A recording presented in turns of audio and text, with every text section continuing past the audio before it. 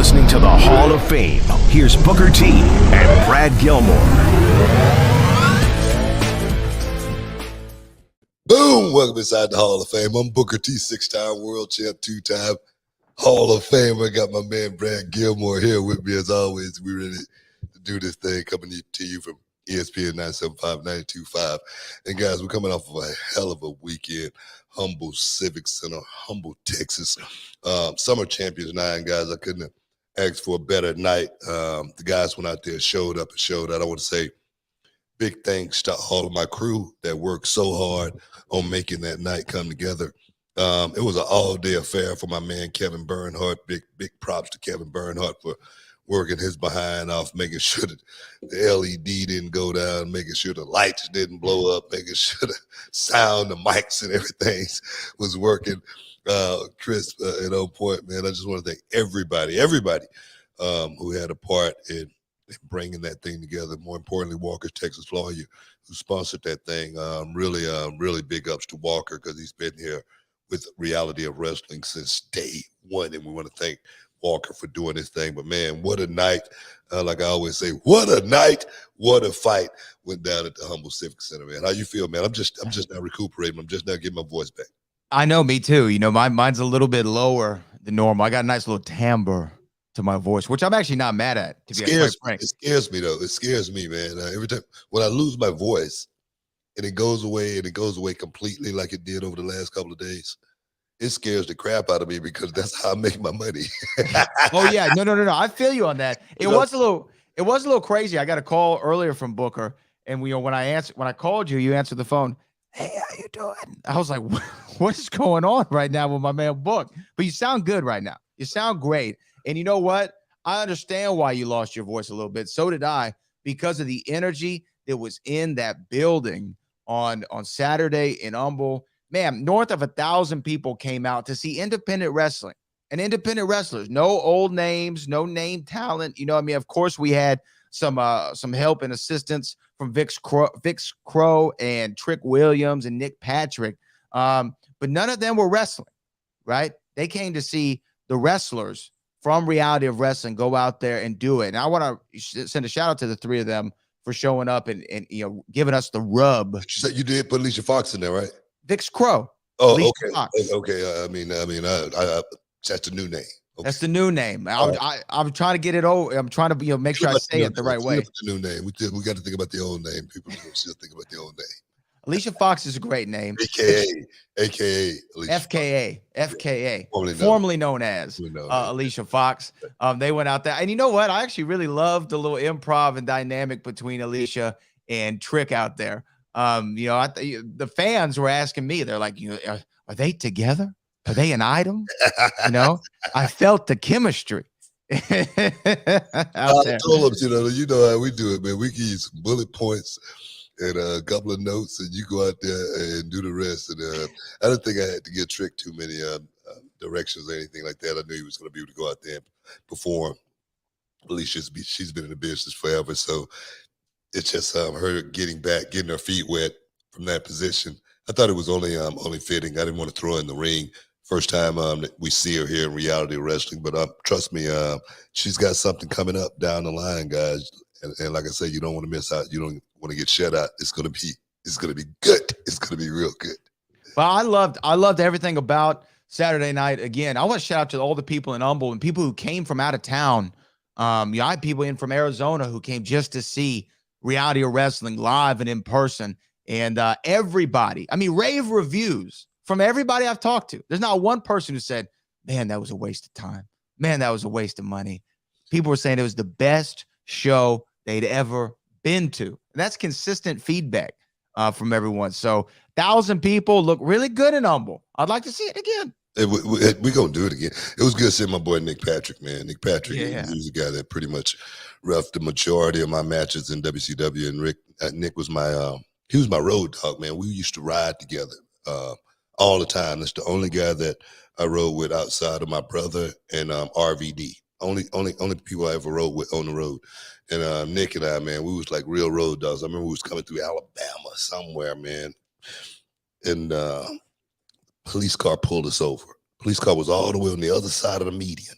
and Nick and I was all the way on this side, and this police car came all the way, it literally hit his brakes, came all the way over the median, got up behind Nick and I, and we were going maybe 65 in a 60. I had it on cruise control, and police officer pulled us over, and he goes, and I go, I'm wondering, why did he pull us over?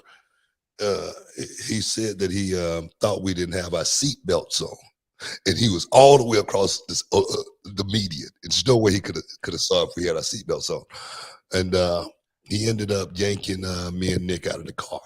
And this is back in the day, and so just giving you an experience, black guy and a white guy riding down the highway, pulled us out of the car, and he giving us, this, that, whatnot, and the other. And then he goes, "Do you mind if I search you?" And I go, "No, you can't search me. Search me for what? I got a suit and tie on." And Nick had his, a fanny pack and whatnot. He goes, "You mind if I search the car?" I go, "No, you can't search the car." You know what I mean? So what do you want to search the car for? You know what I mean? I said, what did we do for you to pull us over and want to have to search the car? And then he goes, "Well, we've been having a lot of stuff going on up in this area. A police officer got killed." I go, "Well, I didn't kill him. You think I did it?" So I'm literally talking like crazy. And cops still wanted to give us some trouble. And he goes, "Well, you may not want to let us search your car, but we can let our dog run around." And I go, "Well, let your dog do whatever you want to do with it." I said, "Because I can sue somebody around here because, such as I'm Booker T." I just start going off on him. And the dog went around the car, didn't do nothing. End up, going back. They put the dog up. Another police car rolls up on the scene. It literally breaks. He jumps out of the car. Happened to be one of the sergeants. Sergeant must recognize me because everybody got real nice, real quick. And me and Nick, we ended up rolling up out of that situation. Whether we had anything or not, that's another story. But Nick and I were so damn happy to roll away from that scene. And we think about it. Every time we talk to each other, we always talk about that moment, man, when Nick and I got hemmed up, man. That's a good friend of mine, man. That's ride or die. What was crazy, the cop separated us, and he asked me what Nick's name was, and I go, "His name's Nick Patrick." But I was thinking about his working name, is not his real name. Nick told the cop his name was Jody Hamilton.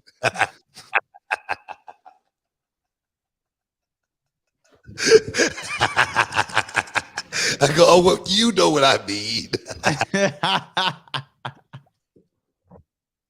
It's funny, too, with the boys and stuff like that, is you actually, like, half these people, I don't know their real name. Some of the boys. No, seriously. I had to think about his real name myself after the cop, looked at me stupid.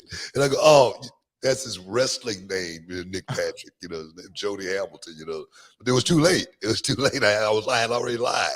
You're already out of that, man. I already lied, so it's kind of crazy, man. Oh, man. Yeah. I mean, and Nick, for me, it was just so cool to have him there because, you know how you talk back in the day about Sherry Martel being a legitimizer for Harlem Heat?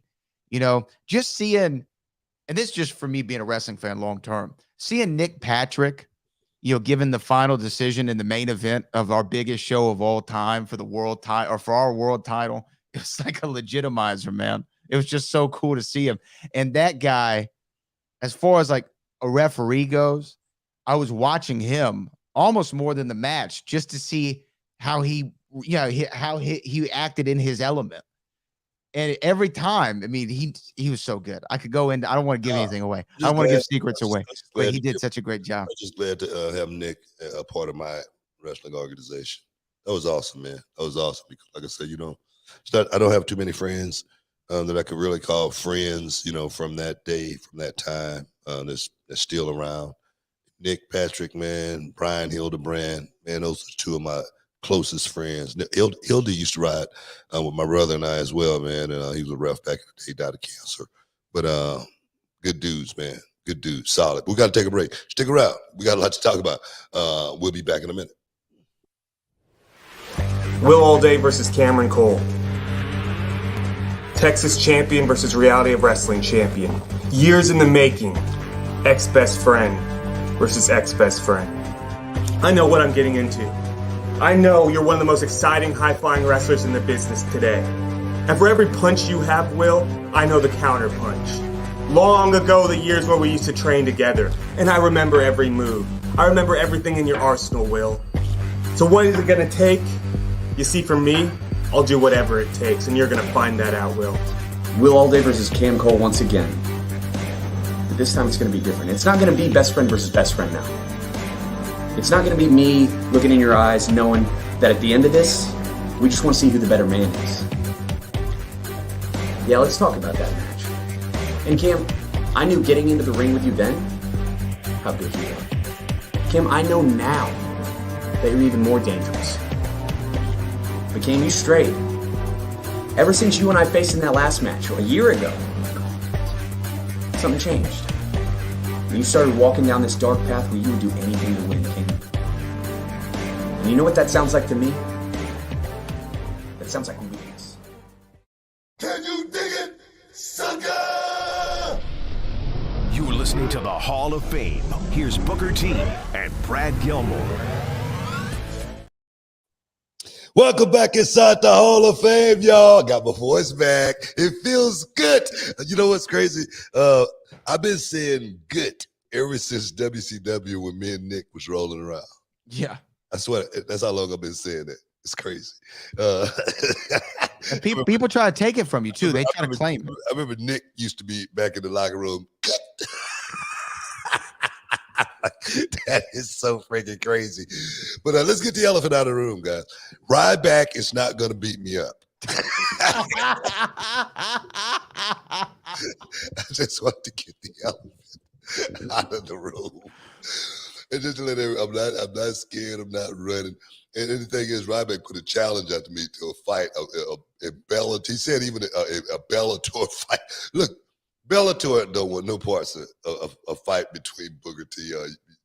No argument. Reality wrestling might put something on like that, but no real big organization is not going to do anything like that. But as far as the challenge go, I accept Ryback's challenge to a fight. Now, this is what I need Ryback to do. Just go out on his platform and say anytime he see Booker T in public, it's on. Is the green light, between both of us, and nobody's gonna get sued. And if we just happen to run into each other and something happened, it just happened. Let's just say that. But I'm not gonna go looking for a fight or anything. That's just not me. Because you never call a person out to a fight. You never know what a person is capable of. But as far as defending yourself, oh my God, man, I'm always about defending myself. Well, did not expect us to cover that territory today, but you know what? Get it out there, man. I want to get it out there and get it over with. You know what I mean? Because I don't like people. You know what the thing is? I don't even know why he called me. I still don't even know what his beef is. So I did say, I wouldn't shake his hand because of some words that he said. Right. I think that I was valid for that. Sure. Be that Your as prerogative. That's exactly. Be that as it may, what his excuse was, the reasons why he said it.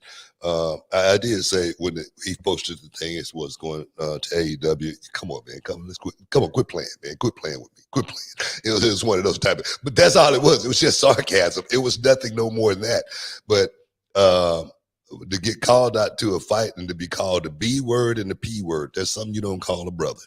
All right. Oh, he used those words?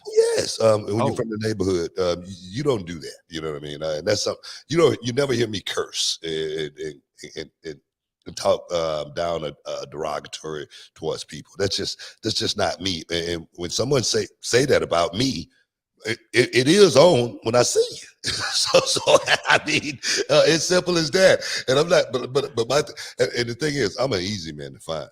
I'm at all the cons. I'm at all the big shows. So sure. I did not know those words were used, but nevertheless. Oh yes.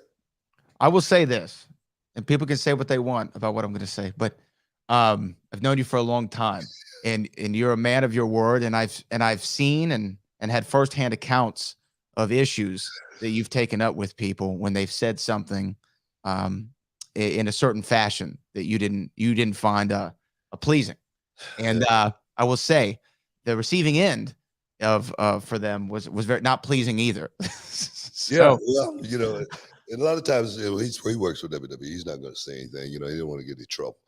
Can you imagine the praise I would get just in case? Can you imagine the praise I would get from WWE if I beat the hell out of Rob? well, again, we are not advocating for that. I'm just saying. I'm not advocating for that, Booker. Trust me, I'm not advocating for it, but I'm just saying I'd have a 15-year contract. Don't you already? Isn't it already like 10 years or something crazy?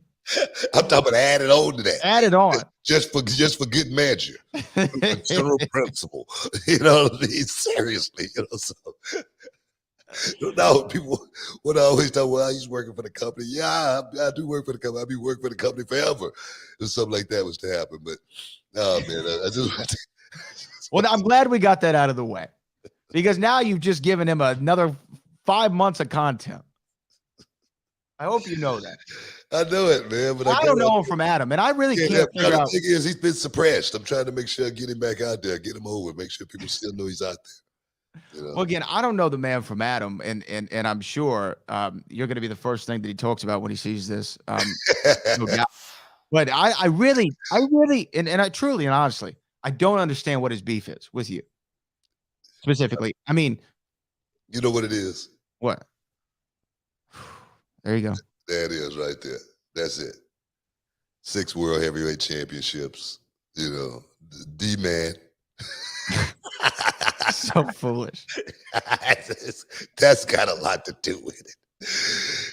And again, and we talked about this when we first talked about him going to AEW or whatever, like taking nothing away from him. Ryback had a minute in the business to try to make something happen, and it didn't work out. And his story isn't unique. There are a lot of guys who had a moment, right? And it just didn't, for whatever reason, pan out. And it seems as though, it's a bitter pill. And this is just my estimation of it, for him to swallow it. I'm sure it'd be for anyone to swallow. But at some point, you either keep it moving, or if you call somebody out, you might enter the ganking zone. You know what I'm saying? Oh my God, man. It's just crazy, man. I don't know. I mean, me personally, I've done well. I've done well in this business. Sure. This business done me very, very well. We just had our Summer Champions Night. We just, over the weekend, my man Shelton Benjamin, Carlito, I want to thank those guys for showing up. Charlie Haas. Charlie Haas. We've created something very, very special over this almost past 20 years. So I've been working on my retirement for quite some time. I'm so happy and I'm so content at this stage that I'm at. So I tell you, man, being upset and frustrated and stressing over stuff, bruh. Come on, that's the last thing. I was stressing to get through that show last night because we had 1,000 people in the building. I mean, we had 1,000 people showed up for Reality of Wrestling to represent our wrestling stars, not ex-WWE stars, not AEW got talent coming in. Our guys, something that I built with these hands. You know what I mean? From the ground with a bunch of help, man. Like my man Brad Gilmore, my man Kevin Bernhardt, my lovely Queen Charmel. So quit being so downtrodden with life, and thinking about the past. You got to think about the future. That would be my advice to Ryback more than anything. Think about the future, bro. And honestly, I did say I would defend myself, and I do accept the challenge. But man, look, you need to get past this. You need to think about life and calling people out to a fight so the fans that you're talking with, can have something to listen to, bro. Just ain't the way to go. No, man. But look, back on the positive things. You were talking about it. I mean, that was the biggest crowd Reality Wrestling ever had. You called it going into it. We were going to have the biggest crowd. We ended up having the biggest crowd. We're still tallying all the numbers, counting all the receipts. All the money is still coming in. We're still figuring credit it card, PayPal, Venmos and Cash Apps. Venmos, Cash. I didn't even know about them too, but yeah, Venmos, Cash Apps, all of them. coming in. But it's awesome. And I think now I realize we've been stuck in that little bubble out in Texas City for the last 8 years, pretty much, creating reality of wrestling. But we realize more so now than ever that people inside that loop, inside the Houston and surrounding area, they want reality wrestling so much. So we're going to make sure we do our best to give it to you guys. At least 4 times a year, we're going to bring reality wrestling inside the loop in some arena. We hope to, put it in the Astrodome one day or something. BBVA Cup. What do they call the Dynamo Stadium? I love that little place. BBVA. It would be great to do BBVA, stadium. That would be so awesome. Outside on a nice cool in the fall, at night, fall. So let's think about what's next. Reality. Hey, and you know what? While we're still talking about Summer Champions 9 and giving flowers, everybody on the card from top to bottom did a hell of a job, and they went out there and they bust their ass. And I could sit here and I could give you praise on every match and every person in every match and specific feedback and praise. However, I want to take this time right now to give a big shout out to Ryan Davidson and Jacob Fatu. The show was over after those guys worked. They destroyed it, man. They gave the people a show. Everyone I talked to, that was the match. They brought up that. They brought up the fatal 4-way tag and the ladder match, and everything was good. And again, I'm not trying to undermine anybody, but that match between Ryan and Jacob was special. It was a special match between 2 guys at the top of their game, still in their primes, still with so much more left in the tank. And I really enjoyed seeing that. That was one of those matches that reminds you why you love this business. And I'm not even trying to overhype it, but I was like, damn, that was good. I was just glad to see Jacob Fatu back in reality wrestling, where I wouldn't say he started or anything like that, but I had a chance to work with him, for a little bit there. And I'm like, man, this guy's, he's next level. He's next level talent. He's WWE. He should be working with the best guys in the world because he is one of the best talent out there right now on the indie scene that hadn't been picked up. I want to get in this young man's head and try to guide him to that place because I really feel like he would make such an impact on the biggest stage to the world. The fans would go, good God, he's finally here. So let's see exactly what Jacob Fatu going to do in the future. We got to take a break, guys. Stick around. You're in the Hall of Fame. We'll be back in a minute. In order to kick some ass, you got to bring some. I wasn't born the chosen one. I became the chosen one.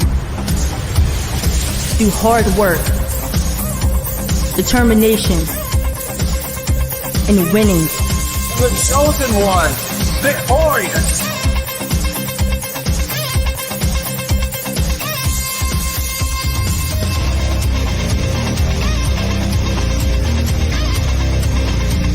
You're gonna be a big star. You already are.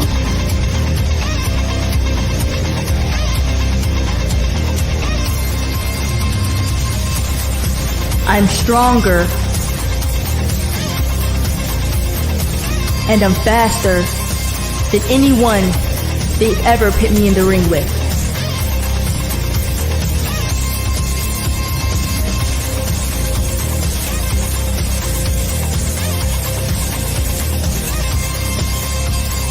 Being the chosen one isn't just a nickname, it's a gift. And professional wrestling is my gift.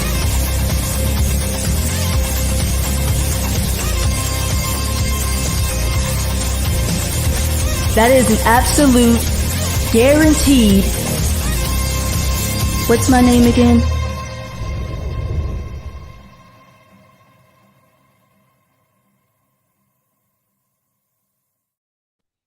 Welcome back inside the Hall of Fame here on ESPN 97.5, 92.5, coming off Summer Champions this weekend. Talking about that boy, Jacob Fatu, taking on Ryan Davidson in an awesome match for the Texas Championship. Ryan Davidson being the champion. I want to give Ryan Davidson his props as well, man. Ryan, one of those guys that's been with me for quite some time. He's what I call a road soldier, man. He's a general. He's a guy that's got some bars, you know, and some stripes at Reality of Wrestling. And I just want to say, as far as a guy who has stepped up to what Reality of Wrestling embodies, and that's going out there and being the best you possibly can and giving those fans that ultimate thrill ride and leaving them with a moment. Ryan Davison did that on Saturday night along with Jacob Fatu, those guys. There again, man, they stole the show. They stole the show, in my estimation. In hindsight, was 2020. That match definitely should have been the main event. Man, yeah, that's high praise. That's high praise, you know, and it's worthy praise. Again, you know, Ryan's one of those guys, though, and this is for real. Like, if you see him on the card, you almost don't even need to see who he's working. Do you know what I mean? I say, oh, Ryan's on the card. We're gonna have a good match right there, man. Yeah, he's almost automatic nowadays, and he's been at Reality Wrestling the entire time I've been, and he's always been solid. But the last couple years, it went up a level. You know what I mean? Oh yeah. He went up to a gear. I mean, I didn't even know he could go any better, and he did. He was like, boom, I'm the guy. And there's a reason why he's the first one in Reality Wrestling to win all the titles. First Grand Slam champion. You know, won the Last Stand Rumble. He's main evented everything. He's been in the K. I mean, he's your ultimate utility guy. Yeah. You know, what you say that you always were for WWE and WCW, Ryan Davison, in a lot of ways, is the same thing for us. He's like, if we need something, we know that Ryan can fit into anything that we possibly could use him for. He can do it to the best of his ability and outshine even our expectations. Oh, most definitely. Most definitely. I mean, as well as, you know, being a utility guy, not just in the ring on the shows, but in the gym training the young guys that's coming up as well. You know, every Thursday night, you know, Ryan has this night, Thursday or Friday night. But that's what's so cool about, you know, guys like Ryan Davison, a guy that's been around for quite some time, but still has that what I like to say, zeal, you know, still want to, you know, get out there and push himself even harder to still be at that next level. Because you look at a guy like Ryan Davis, he's not a small guy, but when I saw him do that donut off the top rope, I was like, this dude is crazy, man. You know, he still wants it just as much as everybody else on the card. So I love it, man. I love that attitude. Yeah, man. And you know, and he's the locker room leader for a lot of those guys. A lot of those guys, they go to Ryan, you know, and he's earned that spot. Like you said, he's earned the stripes. The bars are on the jacket, man. You got some bars, you know, you want He's got the zeal, he's got some bars, he's got stripes, he's got it all, man. Shout out to Ryan, man. Though one of the great guys to ever come through Reality Wrestling. One of the great guys I've ever met in the business, to be honest with you. We do have some super chats related to Summer of Champions 9. So I feel like we should probably do those while we're still talking about this tremendous event, which people are calling the greatest reality wrestling show of all time. So we might as well get to our super chats. Does that sound good to you? Let's do it. Super chat. Casino Dub said, enjoyed my first row show. So much fun. Shout out to the row members who helped me get my car on the road after the show. I guess he had some engine trouble. God bless. And he also said, was that Zilla's first match in front of a crowd? Shout out to the row members, by the way. Hey, bro, that's what the road do. We got Brian Keith, you know, the king of the underground. He came to Reality Wrestling when he was like 17, 18 years old. He stole his mom's car and broke down in the parking lot. We had to give Brian Keith a ride home. He's craving Javier Vega. Both of them, they crying. But nah, man, that's what Reality Wrestling do. That's why we call it the Road Nation, baby. We always about helping out everybody at the road. But as far as Zilla, man, yeah, that was Zilla Fatu's first match in front of a crowd, and you could tell he was very, very composed. He had that theme to where, you know, we say in wrestling, if you feel like you're going slow, move a little bit slower. He had that effect going on. His quickness and explosiveness was definitely there. You could feel his dad in the arena. Yeah, you could, man. I'm going to tell you that right now, man. I swear to God, you could feel his dad in the arena. I could see his dad sitting right there next to me, man. That's one thing about Umaga. He would not miss a Reality of Wrestling show. He wouldn't miss a show. he show up no matter if he was told not to show up, he still show up. You know what I mean? That's just, I'm serious. I mean, I know he wasn't supposed to be at the show a lot of times. And he's, man, the hell with it, I'm coming. But I can feel his presence in that arena on Saturday night. And I think Zilla felt a little bit of it as well. It was a great moment, man. You know, and like you want to see all the guys and girls who come to reality wrestling. You know, you want to see them all win. And I've gotten to see a lot of debuts, man. I've gotten to see a lot of people's first match. I've gotten to call a lot of people's first match in their entire career. And it's always exciting. And Zilla did so much right in his first match. Like you said, a lot of timing, knowing that the crowd was there, right? Paying attention to them, giving them their moments at times, and soaking it in during the entrance and knowing this, you only get that first walk once. Yeah. Right. And he felt it. And so you know, I'm proud of the performance that he put on, and give Johnny Lyons some credit too, for going out there and executing his role in everything, because you're only ever as good as your dance partner. So as people, well as Dylan too, and, the Nature Boys. Woo! The Nature Boys, Dylan Fleer. I love those guys, man. Me too. Yeah. And so it was great. It was great. You know, and Zilla, man, you know, shout out to you and you're first and obviously first of many. And so we can't wait to see the next one. And I saw a lot of people picking up clips of him on socials and the news sites today. Yeah. You know, a lot of people got eyes on him, man. So everybody was, you know, tuned in to Zilla's, you know, debut match at Reality of Wrestling, and I tell you, put a lot of eyes on Reality of Wrestling as well. He's all over the social media news sites right now. Everybody's talking about Zilla's Fatu's debut, the son of late great Umaga, man. And I'm just, me personally, like I'm just glad to be a part of it. I was listening to, you know, Rikishi doing an interview, and he was talking about Zilla, you know, being in the school, and he said one piece of advice he's going to give Zilla, and that's just listen to Booker T. You'll be all right. You know what? Because I did find the clip, and let me see if I can find it here. Speaking of that, I'll find it here in just a moment. I found the clip, there it is, of the Usos talking about their WrestleMania moment, and then sharing the advice that you gave them. Do you want to see this? Yeah, you want to hear it? So here we go. Let me pull this up for everybody. This was an interview that the Usos did with Ariel Helwani, and they were talking about their WrestleMania moment. If I can pull this up here, I will. And it was really cool because, again, they related something that you told them that I've heard you tell a lot of guys, and it's great advice because it was advice that you learned the hard way in your career. And here we go. Here is the Usos talking about that night. If I can get the no one knows this, right? Yeah. Like in LA. LA. Yeah. After the match, after the 1, 2, 3, you know, the big pop, they're all in the ring. Sammy and Kale's in the ring. I just roll outside and lay by my brother, and we're just holding hands. Grab his hand. You know, like I didn't even know what to say, bro. Listening to just holding his hand. You know, we're just looking up, which is the best part, man.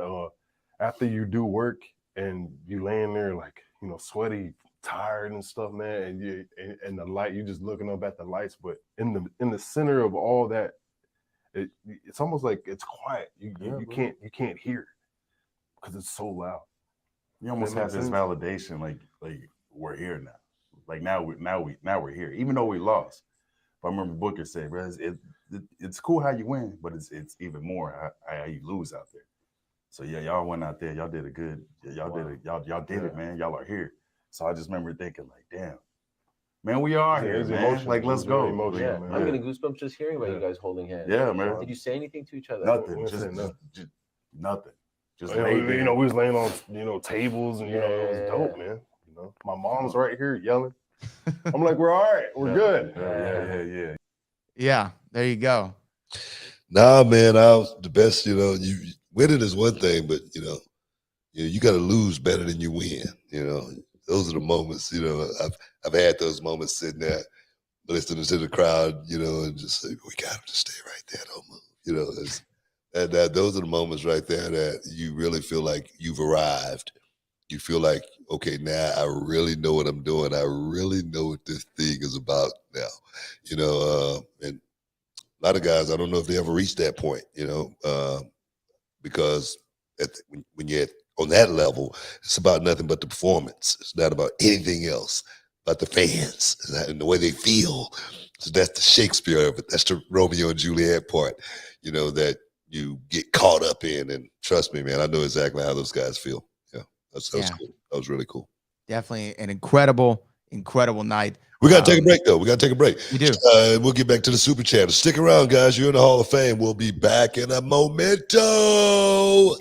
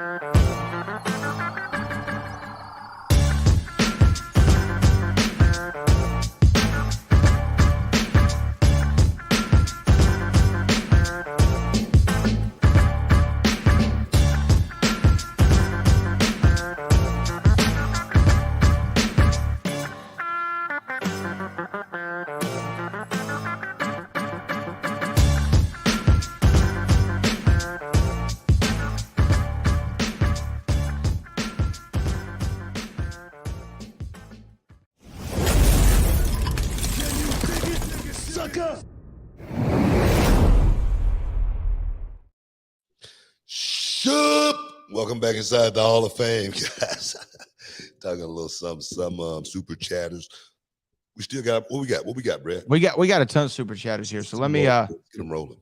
Let me get. Also, we want to shout out to Quantum Fruit who joined the YouTube channel. We appreciate you. 5 times, baby.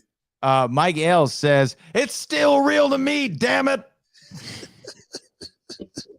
You've seen that video, right?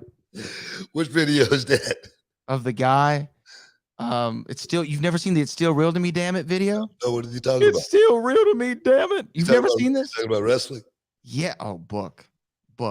No, wait, hold on. We have to do ourselves a favor. If you've never, you won't get that. Is it better than Lil Dane? It's pretty high up there. It can't be better than Lil Dane, man. It's 30 seconds. We gotta make sure we get some Lil Dane on the show. We will get some Lil Dane on the show today, but this is worth taking a pause for just a moment. And this was a long time ago, and I'm sure this guy looks back at this video and laughs at himself too. So we're laughing with him, not at him. But this is one of the great videos of all time. Question, Jeff, where are you? Right there. Yeah. I just want to thank each and every one of y'all for all you've done to your bodies. It's still real to me, damn it. I mean, thank you. Thank y'all guys. Y'all are awesome. Thank you so much, Mr. Funk, for saying what needed to be said. I don't want to see it.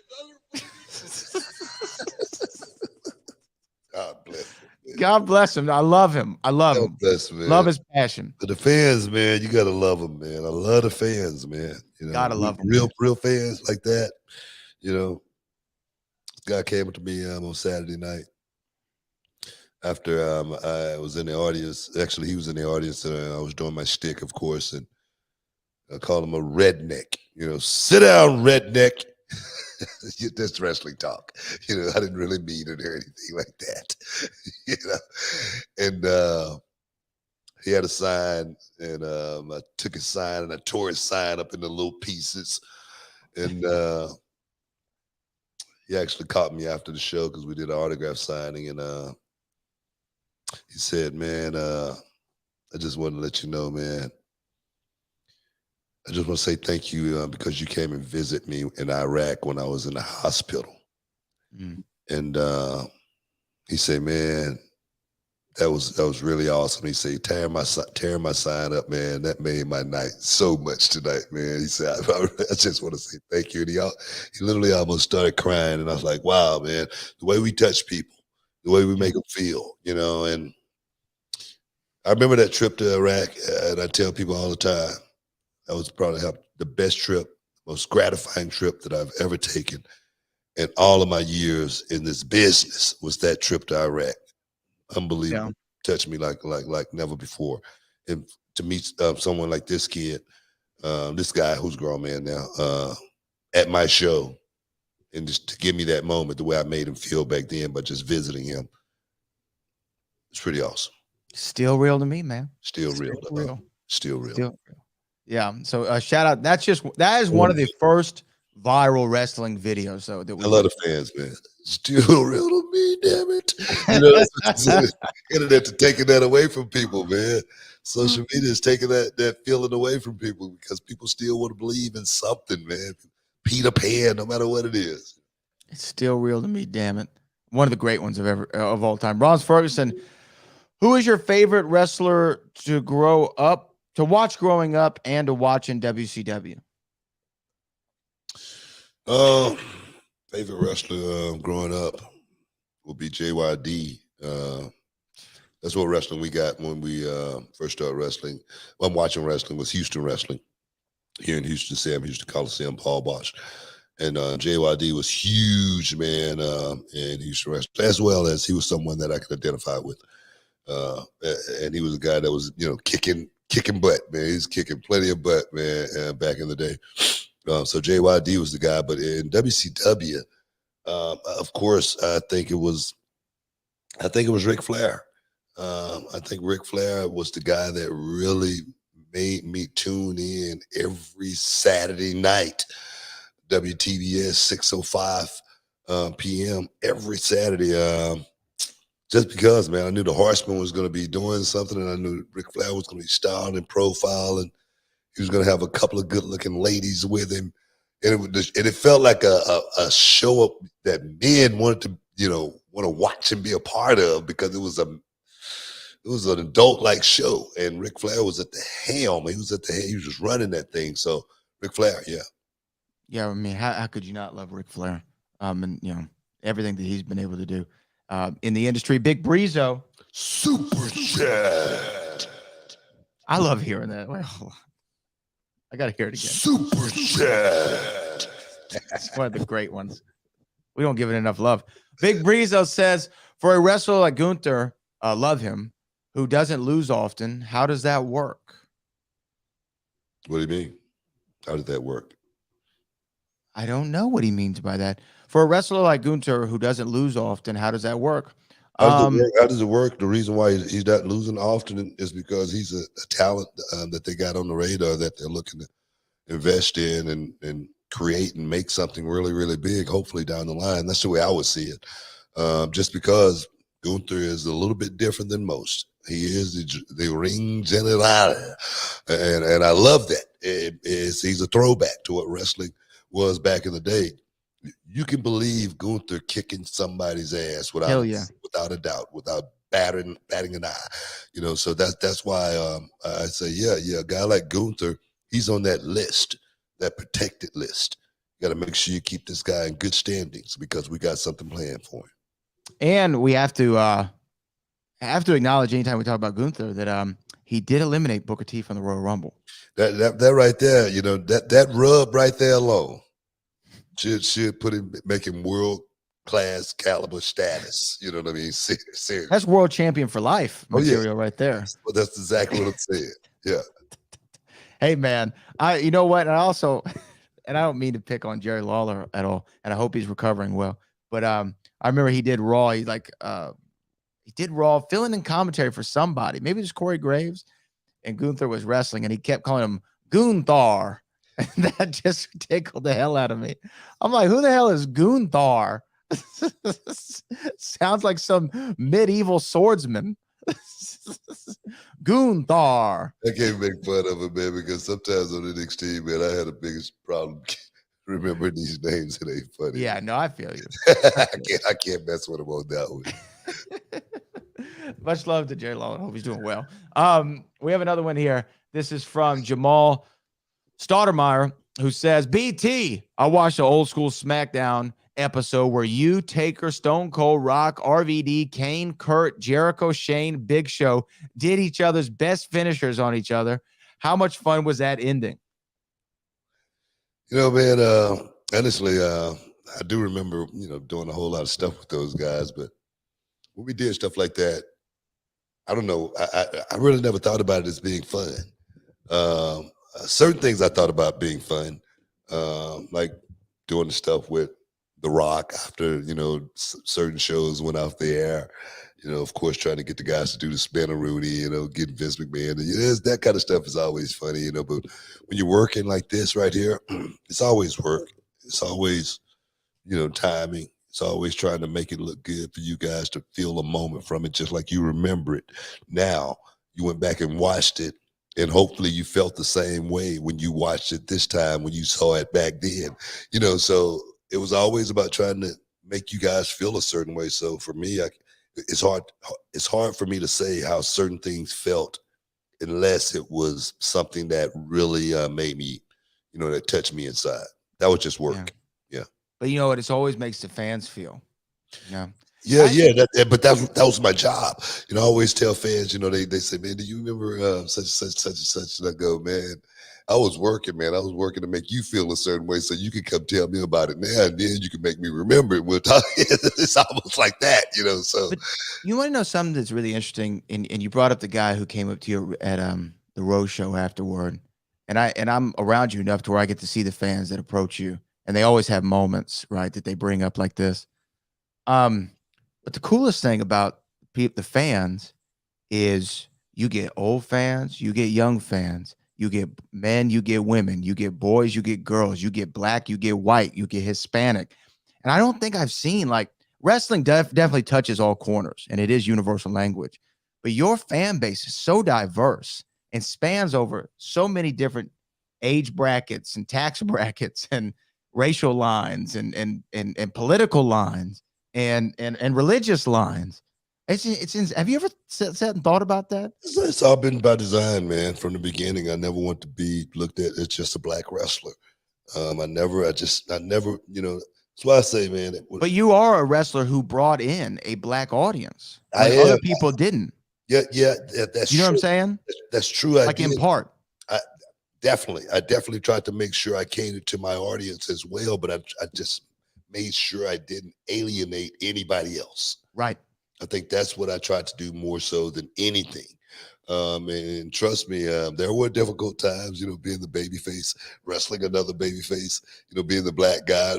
The other babyface might be a white guy who the fans are going to cheer for. It's one of those type of things, but I somehow, found my way through, this business and made people look at me as a performer, entertainer, and that's it, but do I represent my people? Of course. I always say when I said the N-word on television, that was the worst day of my life, because I felt like I represent my people. A lot of people say it wasn't that bad, but for me, it was my worst moment. Stick around, guys. You're in the Hall of Fame. We'll be back in a minute. Every time I come here, I just have so much fun. I go home and we just can't stop talking about it till we come back. The whole roster, top to bottom, star-studded guys. We drove 12 hours from Atlanta just to come see One Missile for the World. It's one of the premier independent wrestling promotions across America. It's a well-oiled machine, and there's a lot of good talent. It's very rare on in these shows to see so much talent on one show. The organization that he has right now, I think and truly believe that it's one of the best organizations out there. Brian Keith is 15 feet in the air! Brian Keith is up top! A lot of fun, a lot of good athletes, good wrestlers, good family fun. I've been around with a lot of the other independent groups, but this to me is a very, very top and first-class operation. Reality of wrestling, one word, heart. And that's what Booker T is bringing to Houston. It's already special. He's created opportunity, and he's creating great talent, as you guys well know. Can't make it happen without these young people, without the fans coming out supporting this thing. This is the flagship of Texas wrestling. This is the beginning of something big. It ain't gonna stop. It's the best damn promotion in the country right now. The best independent promotion in the country. The best talent, the best coach and teacher that there ever was. and this is where it's at right here in the reality of wrestling. Believe that. Oh my goodness! A Davidson driver! It's very professional. It's a very good production. Booker's doing it right. I really enjoyed being a part of it. Oh, what a rush! The future of wrestling is reality of wrestling. That's the reality of the situation. I'm Roddy Piper, and you're watching Reality of Wrestling. Be there, be square, babe.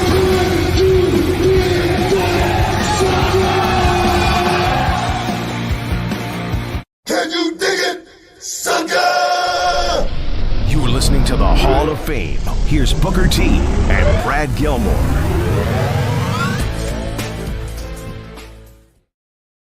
Boom! Welcome back inside the Hall of Fame, guys. Coming to you from ESPN 97.5, 92.5. And we just talking a little something, talking about wrestling, taking a few super chats. We still got a whole lot more news that's out there in the social media world we got to talk about. But let's keep it rolling, Brad. Yeah, let me take a more of these super chats. Macy says, Macy became a YouTube channel member. We appreciate you, Mace. Oh, yeah. No, let me say that right. Oh, yeah. We appreciate you, Mace. Willie McMichael says, our first wrestling show was Summer of Champions 1. Love the full circle moment this past weekend. Everyone killed it. Thank you for allowing us to be there and being part of Row Nation. We appreciate it, man. Summer Champions 1 all the way to 9, and we're moving forward. We got a lot in store for you guys as far as reality of wrestling goes. That was our breakout moment for this year, but I think it's only going to get bigger and better going from here. So, guys, just stay tuned. If you want to be a part of reality of wrestling, of course, all you got to do is go to realityofwrestling.com. Do it now. I do it for you. Yes, absolutely. We also have one for Asino Dub again. First time seeing Culture Inc. Those dudes are amazing. Yeah. Not going to lie. I've been sleeping on Jacob Fatu. Would you prefer to see him in AEW or WWE? You can take that first part, second part first. WWE, of course. Definitely want to see Jacob in WWE. I think he belongs there just because he's that damn good. Not saying that he wouldn't fit in AEW or anything like that. Not at all.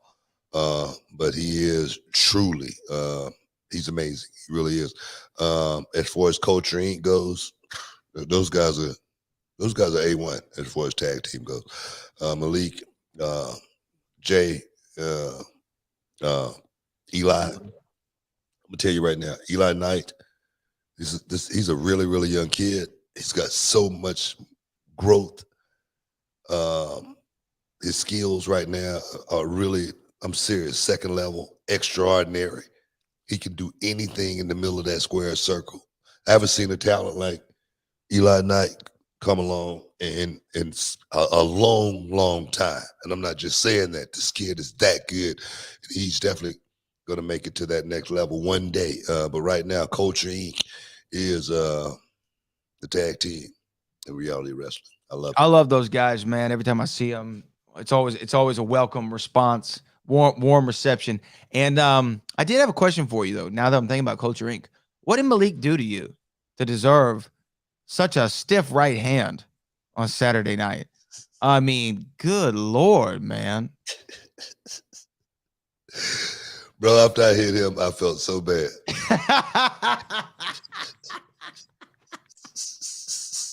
I was like, damn. I swear to God, I felt so bad after I hit him, man, because I was like, I did not try to hit him that hard. It was just like hitting Steve Austin or something.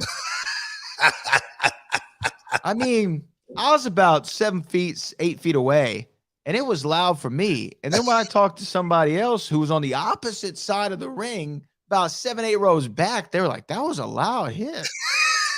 I'm like, yeah, man. I think it was the isotoners, man.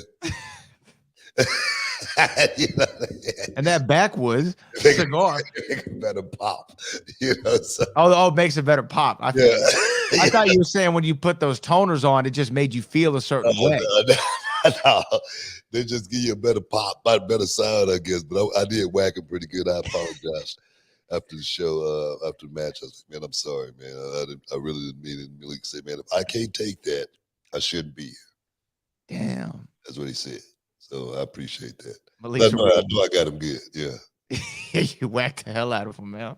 I was like, he must have said something to him on the way out. It was good. That was like one of the best scenes of the whole show for me. Referee did a really, really good job. Referee was definitely on point. I mean, God, man, it was a great show. Can't wait for everybody out there to have a chance to see it live. Yeah. Well, pre-recorded, whatever. But see it on the channel. I mean, it'll be on the YouTube. If you're a channel member, you will be getting that live. So everyone who subscribed today as a channel member, you will be getting that soon before anybody else. Our CW39 audience here in H-Town, y'all be getting it real soon as well.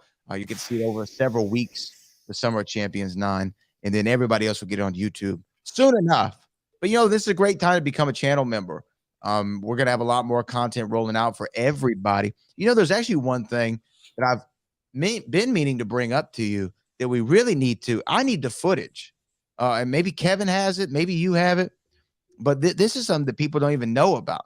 There are these tapes out there that you did yourself from like 07, 08, 09-ish era of you on the road with TNA. Oh, yeah. But Kevin's supposed to be producing that stuff for me. I think Kevin's had those tapes for about 9 years now. He's busy. He's a busy man. Kev, you know I love you. I'll tell you right now, there's some good stuff on those tapes. Some really, really good stuff. Some of my good TNA road stories that I was pretty much just chronicling myself. I would go down to, a burger joint and I'm filming it, you know what I mean? I walk in just to let the people, see their reaction, Booker T walking in. Some places I would walk in, nobody knew who the hell I was. Or why, some places I would walk in and they would go, why are you here? Some people would go, I thought you was retired. So it's a lot of good stuff on those tapes. Oh man, I got to get my hands on them. So that we can really get that out, produce that. So that's just a little, and that's something that would come. The reason I brought that up, that's something that would come to the channel members. First you can see the TNA tapes from Booker T and see what it was like being on the road for that company for those couple of years. Tales from the Crypt. Tales from the Crypt, brother. Now, you said that there were some news stories that we definitely needed to make sure that we brought up. What's on your mind? Like, where do you want to start here? Because there's been several things happening in the world of wrestling as of late, but is there something specifically you wanted to talk about? Well, I mean, one thing that's going on right now is I was reading that Nick Aldis is wrapping up at Impact Wrestling. And WWE is got a lot of interest in Nick Aldis. And I remember talking about Nick Aldis on the show about 3 months ago? Something like that. 3 months ago, right when he was just becoming a free agent off of the NWA run. He became a free agent, then went to Impact Wrestling. People were, made a lot about my statement when I said, whether Nick Aldis was still in his prime or not. And I said, I didn't think he was in his prime because your prime years is going to be your prime money-making years, whatnot, but I didn't say anything negative about Nick Aldis or anything. People tried to make it kind of negative, but my thing is now Nick Aldis being a free agent again and WWE having some interest in Nick Aldis, should they pick him up? Would he be a good pickup? I say, yeah. He'd be a good pickup because Nick Aldis, what, 35, 36 years old, something like that? Somewhere in that range, maybe a little older. I mean, he's a guy who's mature enough to understand what this business is about more than anything. And that's what 36. Yeah, and that's what I say about, guys, coming into WWE. They got to be seasoned a lot of times in order to really, really understand, what that thing is about. That's why I think LA Knight is doing so good because he's such a mature dude. He understands what the end game is more than anything. And the end game is, let me go out here and get over by any means necessary because my clock is ticking. The sand in the hourglass is running out. And I think a guy like Nick Aldis would definitely be an addition to that WWE roster, and perhaps in some way, in some form. I don't know it. I don't know exactly how, but I do think Nick Aldis is a name. I think his name has some value to it around the world, not just in Impact Wrestling. I think you say the name Nick Aldis, pretty much if you're in the wrestling world, you're gonna know who he is. Oh yeah, yeah, and I think he's got. I mean, 36. I mean, that's when you say you started really you started feeling it around that age, you know? Yeah. That's when I really started learning how to work. It's when I really started understanding what the business was all about. So I really was like in cruise control when I was, in my mid 30s, going into my 40s. I was in total cruise control. I didn't have to think, about a match at all. I'm working with some kid. I'm like, bro, relax. You know what I mean? We got it. Don't worry about it. We're going to go out. It's going to be good. It's one of those type of things. So yeah, I feel like he's prime as far as that goes and mature enough to understand, what the system is truly all about. Yeah, so I think that him in WWE, there's a role for him there. There's a spot for him in WWE. Just figuring out exactly what it is. It doesn't shock me that they have interest. I'm sure there's a couple wrestling companies, that might have their eye on him, but I think he'd be a good pickup. I think he's got a WWE feel to him, personally. I think so. You know what? No doubt he does. Yeah. No doubt. I think would he fit in? I think so. Yeah. I think he definitely fit in, man. I really do. I really do. But I think what I think about, with Nick Aldis and him actually, perhaps coming in is how it was back in the day when you hear about a name guy coming in, you want to tune in. Mm-hmm. I think he has that appeal to Nick Aldis coming in. You're going to want to tune in just to see what he's going to do on WWE TV. Yeah, there's an interest there. It's a difference. That's a big difference. You know what I mean? So I would love to see Nick Aldis, if that was to happen, I would love to see it. Let's just say that. I'm not advocating for it or anything like that. I'm not rooting against it or anything like that. But if it happened, I'd love to see how that experiment played out. Yeah, man. Well, I think that we're due for a break right now. We got more on the back end, according to my clock here. All right, man. See what your clock says. See if it's in coordination. Yeah, we need to break. Take a break. Stick around. You in the Hall of Fame. We'll be back in a minute.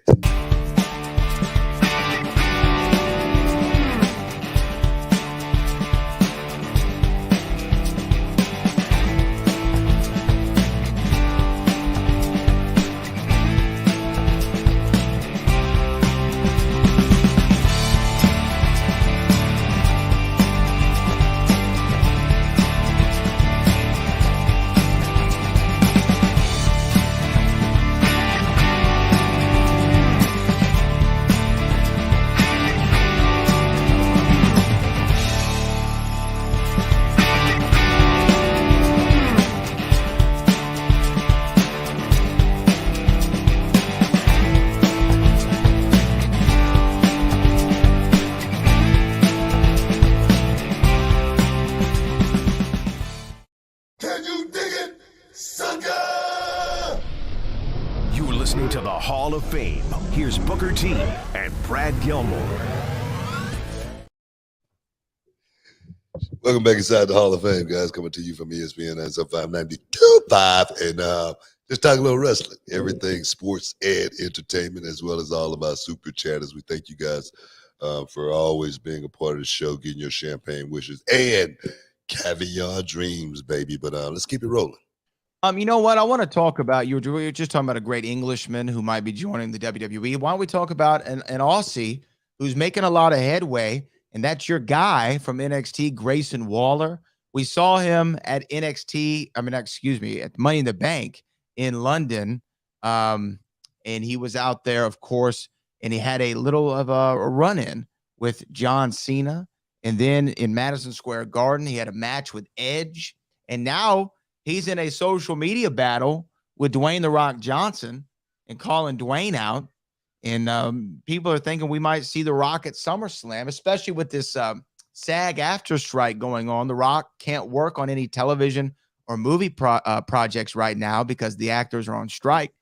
What do you think about Grayson Waller and kind of how he's being positioned? I'm not surprised. I'm not surprised one bit. Guy like Grayson Waller is, I said he was mature enough to make it on the main roster. I thought he fit right in on the main roster. He's almost like a young Miz. I wouldn't say too younger of a Miz because he's not like a kid or anything like that. Right. But he's definitely has that Miz appeal. He's a guy that can go out there and talk very, very well. His wrestling ability is good enough to pass the smell test as far as I'm concerned. And one thing he has more than anything is star appeal. That's what I like with this kid. He has star appeal. You want to love to hate this dude. I'm serious. You're going to want to love to hate Grayson Waller. So I'm not surprised as far as, them positioning him this way. But the one thing I've noticed more than anything is he's been able to handle the position that he's been in. Going out there doing the stuff with Edge, he did a great job. His talking, the way he, carries himself, he's doing a great job. I see nothing wrong that Grayson Waller's doing thus far. Yeah, I think he's been doing a great job, man. And look, they're not going to put you in those positions if they don't think that you can live up to it. I mean, doing an in-ring segment with John Cena, who's not around a whole hell of a lot anymore. Edge, who's already talking about winding his career down, and The Rock. It's big. That's big, man. Well, I'm gonna tell you this right here too. Grayson Waller wouldn't have been doing those segments or been in the ring with those guys if those guys didn't want to be in the ring with him. Right. It's almost like a rite of passage. It's almost like a test, from the guys that came before you. For me, I knew the ones that were good. And I go, man, people might have not thought John Cena was going to be as good as he was going to be. I remember the first time getting in the ring with him, and I go, man, this guy's a great listener. That's what I thought more than anything. Because man, that's all he wanted to do was just listen, and having that attitude took him all the way freaking to the moon. So I see a guy like Grayson Waller. I think he has that same appeal. Yeah. So big shout out to Grayson Waller. Well, and another NXT story though, your guy Elton Prince from Pretty Deadly, unfortunately sidelined. What advice could you give to him at this moment in time? Kind of getting the shine on him for a minute, and now has to take a step back. I watched some of the match, and I was looking for the injury and how it happened, and I really couldn't tell, how it actually happened. I saw him take up some big bumps in there with Ridge Holland, and I heard Ridge Holland, from the criticism and backlash that he got on Twitter, he had to shut his account down. Yeah, which is really, really crazy. Green. Yeah. Stuff like that happens in the ring all the time. Ridge Holland, of course, has had some bad luck, being in the ring and guys getting hurt, and you can be labeled as something you don't want to be, and you really don't need somebody on the internet labeling you just so perhaps one day people can look at you that way. Yeah, I get that. But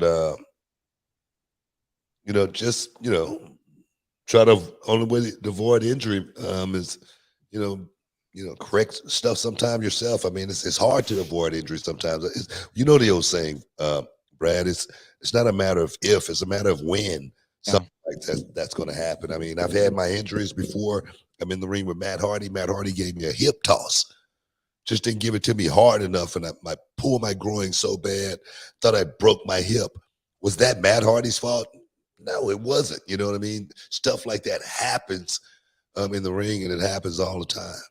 I mean, you remember when Seth Rollins was pegged as a dangerous guy for a minute? Yeah, because he had, I think and it just so happened to all would be within 4 or 5 months of each other. But he broke Cena's nose, or they had a miscommunication. Cena's nose was broken in the match. Finn Balor's shoulder got separated in the match. And Sting had his issue. And it just so happened all be with Seth. But remember, Seth ate that and took that on the chin for like a year. People were calling him an unsafe worker. Look at him now, weather through the storm, one of the best workers in the world today. Yeah. But you're right. You can be labeled. Whether it's warranted or not, whether it's actual or not.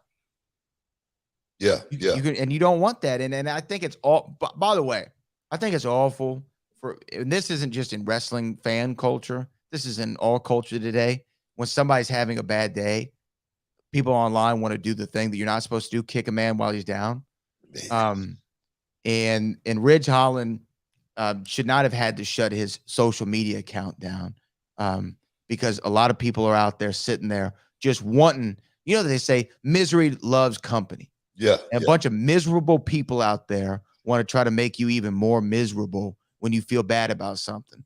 And I don't know Ridge Holland at all, but hope you're doing all right, man, because I know these people can get to you. They can't. We all say like, oh, we block them and we try, but they can still get to you. I get a lot of praise, for my commentary on NXT, but I get so many people that kill me on a regular basis. They're like the worst commentator in the history of the world. But for me, I just say, man, they just want my job. They just wish they was me. That's the way I look at it. People gonna be cruel, man. I just think I'm just glad I didn't have to grow up in this social media world. But when I was a kid, I used to get in fights all the time just because kids would call me Booger instead of calling me Booker. So I can only imagine what they would call me if I had social media back then. So it's crazy, man. Young people, man, try to get past this, man. It's life. Seriously. We do have a couple more super chats, but before I take them, I did have one other thing I wanted to ask you about because there is a lot of smoke around this fire regarding All Elite Wrestling.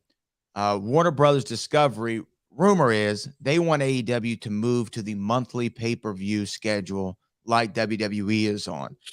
Fans are split on this. I don't think it's a great idea.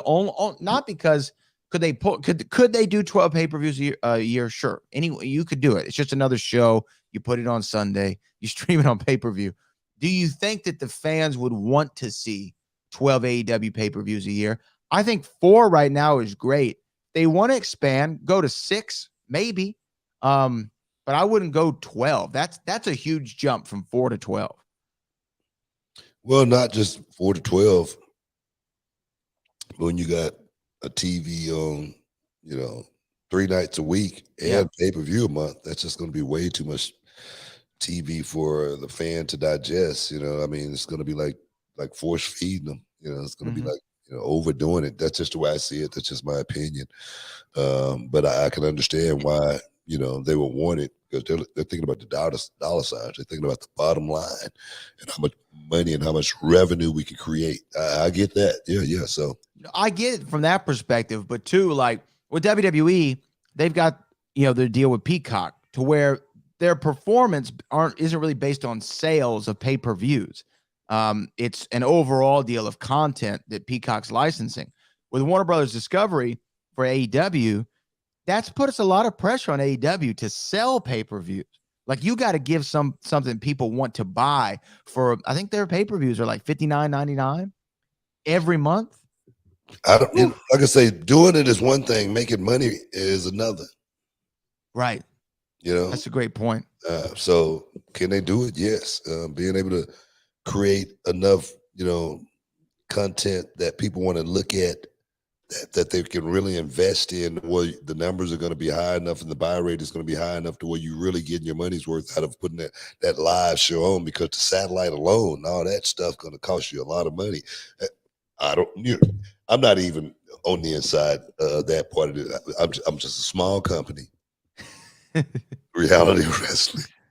We work hard for our artists, but that kind of stuff right there is still out of my, range of knowledge, as far as how much that kind of stuff really, really costs. But I remember just hearing the numbers of how much it costs to produce a live Monday Night Raw back in the day, and the numbers was like $250,000 a show back then. Yeah. So, it's 3 times that. Yes. And that, so that's the way I'm looking at that. But we got to take another break, guys. Stick around. You're in the Hall of Fame. We'll be back in a minute.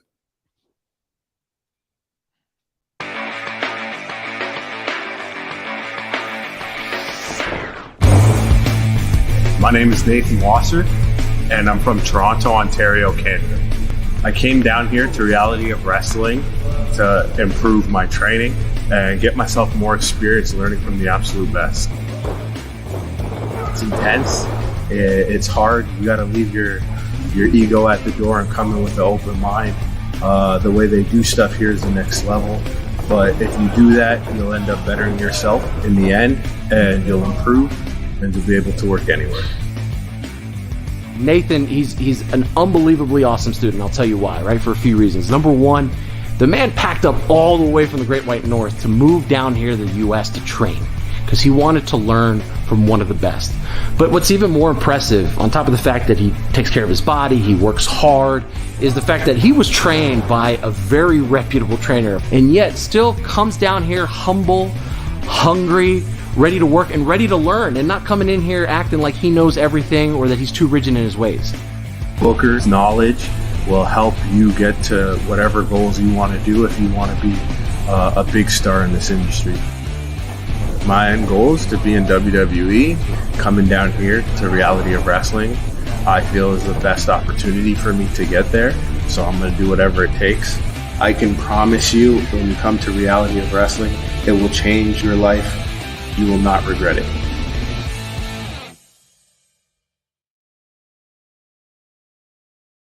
Can you dig it, sucker? You're listening to the Hall of Fame. Here's Booker T and Brad Gilmore. Shup, welcome back inside the Hall of Fame, man. This show's going by like crazy, man. I swear, man. Quick. It's gone by, but it's been good. It's been real good. We do have a couple super chats to get to before the show ends, but I do actually want to ask, and I don't know if you've been following it, but I would be interested to know your opinion on it, having been somebody in a major motion picture. What are your thoughts on all this stuff going on with the SAG-AFTRA strike? Have you paid much attention to it? Yeah, I mean, it's really big. These top dogs that really don't need the money to step up for the guys that are really struggling and could use a little bit more help. The Matt Damons of the world seem like the real big high rollers. That don't really need to do this. Stepping up. So I totally understand where they're coming from. Those guys in Hollywood, the money that they make and the money that they're dishing out, the stars are making the money. You know what I mean? But a lot of guys on that set aren't making a whole lot. So those guys having union and taking care of each other, I get it. Yeah, totally, I get it. It's crazy too. I mean, when I was reading up on some of the things that they're fighting for, it makes so much sense. Like this is what studios want to do. They want to have a day player, which is somebody who you just hire for the day, normally to be a background actor or something. They want to be able to hire the day player, the background actor, to come in. They do a scan of their body, right? Face scan and everything. And they want to be able to digitally put this background actor in any film the studio ever makes forever, in perpetuity, and pay you one time for that and tell you, thanks, kid, get on out of here, so that they don't have to pay another background actor down the road. That's foul, man. Yeah. I get it. Yeah, I get it. Yeah. So if I was in that world, I'll probably be right there with them. I'd be on the picket lines. And I didn't know that Fran Drescher was the president of SAG-AFTRA. Fran Fine, the nanny. Yeah. Nanny was living up to her name back in the day. Fran Fine was Fran Fine, man. Nah, she was talking big too, man. She was. Like, I'm probably never gonna work again, but no, she's dope. So I'm standing in solidarity with all of them, man. Go out there and get your money, get your bag, get what you're worth more than anything. But we got a couple more super chats here. Loso Dolo said, "Book, you should vlog in NXT like you did in TNA." Ooh, good idea. That's a good idea. It's a good idea. It's a good idea. A great idea. People want to see it, man. The people want to see it. You know me, I'm all about the people. Our next one here. Darren Walker says, have you been able to see FTR versus Bullet Club Gold on Saturday? One of the best tag matches in years. On Saturday? No. We were busy. On Saturday, I didn't watch FTR and the Bullet Club. What's it called? Bullet Club Gold. Oh, Bullet Club Gold. I didn't see that. No, but I do give those two tag teams high praise, especially when they work together. They go out there and they pull off a bunch of acrobatics, bunch of stuff that you don't see, in traditional tag team wrestling. I can tell you that. And FTR, those guys have stepped up to the plate. This was no flips, just fists. That's right, man. I'm a fan of both these teams. I didn't get to see the match. I think I heard, and I could be wrong on this, I think I heard they went like 58 minutes. Did they get 10 stars? I think they got 75. I was with somebody the other day, and they were telling me that, and I'm going to get the actual numbers wrong, but like in WWE's history, they've only, in the entire history of the company, there's only been 9 5-star matches on the main roster. 9, right? In its history. And AEW has something like 33 in 4 years. Yeah. Kurt Angle never had a 5-star match. Booker T never had a 5-star match, according to those. I don't even think Steamboat Savage was a 5-star. It probably wasn't. Probably wasn't. But that's another story. We got any more super chats? Yes, we do. This is from Casino Dub again, man. You've really been coming through today. We appreciate you, brother. In my opinion, Saturday night prime time is a terrible time slot for a weekly wrestling show. Thoughts? And how should that show's success be measured? We talked about this recently. He's talking about AEW Collision. I think that Warner Brothers Discovery probably has a number in their mind, and as long as, and it's probably lower than what we think, because normally they're not getting, we talked about this, like we're not watching TNT on Saturday night normally. So if they can draw any audience, I'm sure it's a win. Yeah, I mean, I'm not sure. I don't know what the measuring stick as far as, what they're looking for or anything like that. But I think if those numbers were to slip below a couple of 100,000 people a week watching it, I think they'd have a problem. Yeah, for sure. So I think there again, if they're up over 300, I think, they might be pretty safe, just because, like you say, I think it's the low number we're thinking about opposed to the high number on a show like that. Yeah, I agree totally. So I think that they know what internally they're looking for. And then Joe Cronin, I mean, we'll read it, but we've already talked about it. Says, any response to Ryback for his crazy rant on you? I want him. I want him. Don't